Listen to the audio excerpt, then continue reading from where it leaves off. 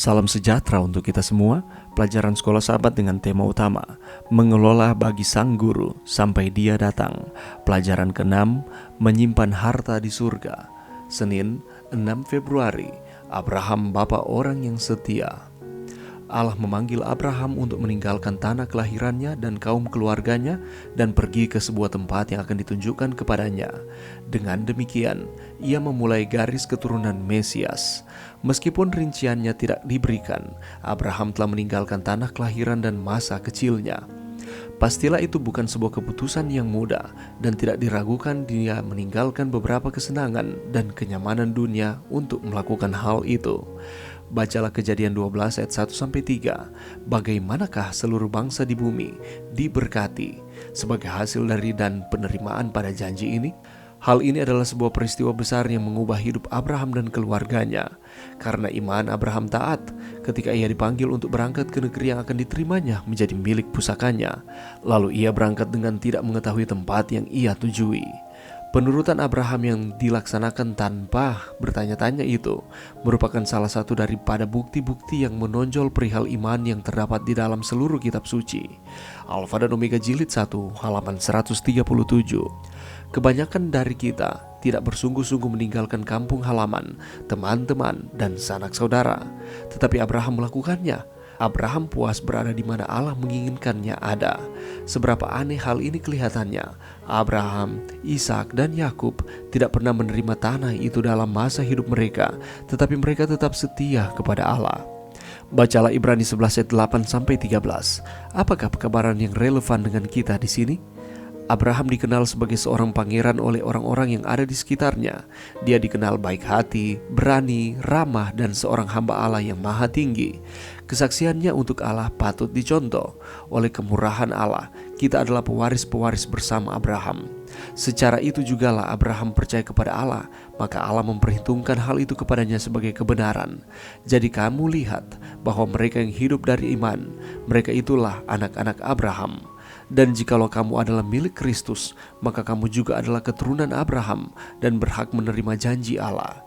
Sama seperti Nuh, begitu juga Abraham.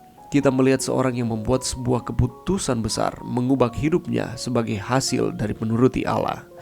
Bacalah 2 Korintus 4 ayat 18. Bagaimanakah seharusnya pekabaran ayat ini berpengaruh pada jenis keputusan-keputusan rohani yang kita buat? Bagaimanakah Musa dan Abraham mengikuti prinsip yang sama? Pelajaran yang bisa kita dapatkan pada saat ini, jikalau kita membaca di dalam Kejadian pasal 12 ayat 1-9 dan lebih fokus kita lihat ayatnya yang kedua, di sana dikatakan seperti ini. Aku akan membuat engkau menjadi bangsa yang besar dan memberkati engkau serta membuat namamu masyhur dan engkau akan menjadi berkat.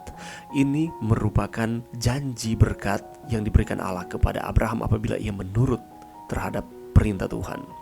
Pemazmur menegaskan bahwa janji Tuhan adalah janji yang murni, bagaikan perak yang teruji, 7 kali dimurnikan dalam dapur peleburan di tanah. Engkau Tuhan yang akan menepatinya. Mazmur 12 ayat 7-8a. Ketika Tuhan memberikan janji, maka pasti Tuhan akan menepati akan janji tersebut. Kehidupan Abraham sampai pada masa tuanya diberkati Tuhan secara luar biasa. Sungguh nyata benar apa yang tertulis di dalam Yesaya 46 ayat 4. Di sana mengatakan bahwa sampai masa tuamu aku tetap dia dan sampai masa putih rambutmu aku menggendong kamu. Aku telah melakukannya dan mau menanggung kamu terus. Aku mau memikul kamu dan menyelamatkan kamu. Kita tahu bersama akan kehidupan Abraham. Abraham menghadapi hal yang tidak diketahui, tercerai dari keluarganya, dan bahaya kehidupan berpindah-pindah dalam perjalanannya yang panjang. Allah menyuruh dia untuk keluar dari Ur Kasdim ke tempat yang belum tahu kemana ia akan tuju. Tetapi bukti imannya kepada Tuhan, dia melakukannya. Dia rela meninggalkan akan harta bendanya. Dia rela meninggalkan akan keluarganya. Dia rela meninggalkan akan teman-teman. Dia rela meninggalkan tempat kehidupannya yang nyaman ke tempat yang belum tahu di mana ia akan tuju. Tetapi ini ada perintah Tuhan dan Abraham menuruti akan perintah tersebut. Bukti ilmiahnya menentangnya untuk menjadi bapa dari banyak orang.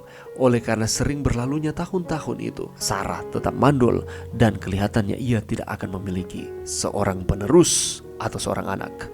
Sekali lagi, kita melihat contoh ketakutan dari dalam dan bukti berlawanan dari luar yang memerangi firman Allah. Pada akhirnya, Abraham berinvestasi dalam misi yang diberikan Allah kepadanya.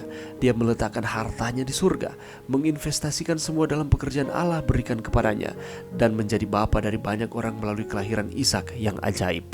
Grafik iman Abraham ada naik turunnya. Ada kalanya ia percaya kepada Tuhan, tetapi ada kalanya juga ia memutuskan untuk menggunakan akan pemikirannya sendiri terlepas dari tuntunan Tuhan. Tetapi ia pada akhirnya terus berpegang kepada Tuhan di dalam kehidupannya.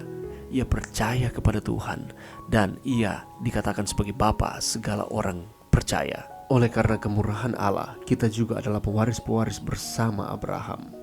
Oleh kemurahan Allah, kita adalah pewaris-pewaris bersama Abraham. Secara itu jugalah Abraham percaya kepada Allah, maka Allah memperhitungkan hal itu kepadanya sebagai kebenaran. Jadi kamu lihat bahwa mereka yang hidup dari iman, mereka itulah anak-anak Abraham. Saudara dan saya, kita adalah anak-anak Abraham. Kita adalah milik Kristus, maka kita juga adalah keturunan Abraham dan berhak menerima janji Allah. Sudahkah kita memberi yang terbaik dari hidup kita, yakni waktu, tenaga, talenta, ataupun materi untuk Tuhan? Mari kita terus setia kepada Tuhan. Mari berdoa. Terima kasih Tuhan atas firman-Mu pada saat ini. Belajar dari pengalaman Abraham, kami mau belajar untuk terus beriman kepada Tuhan. Terima kasih Tuhan, ini doa kami di dalam nama Yesus. Amin.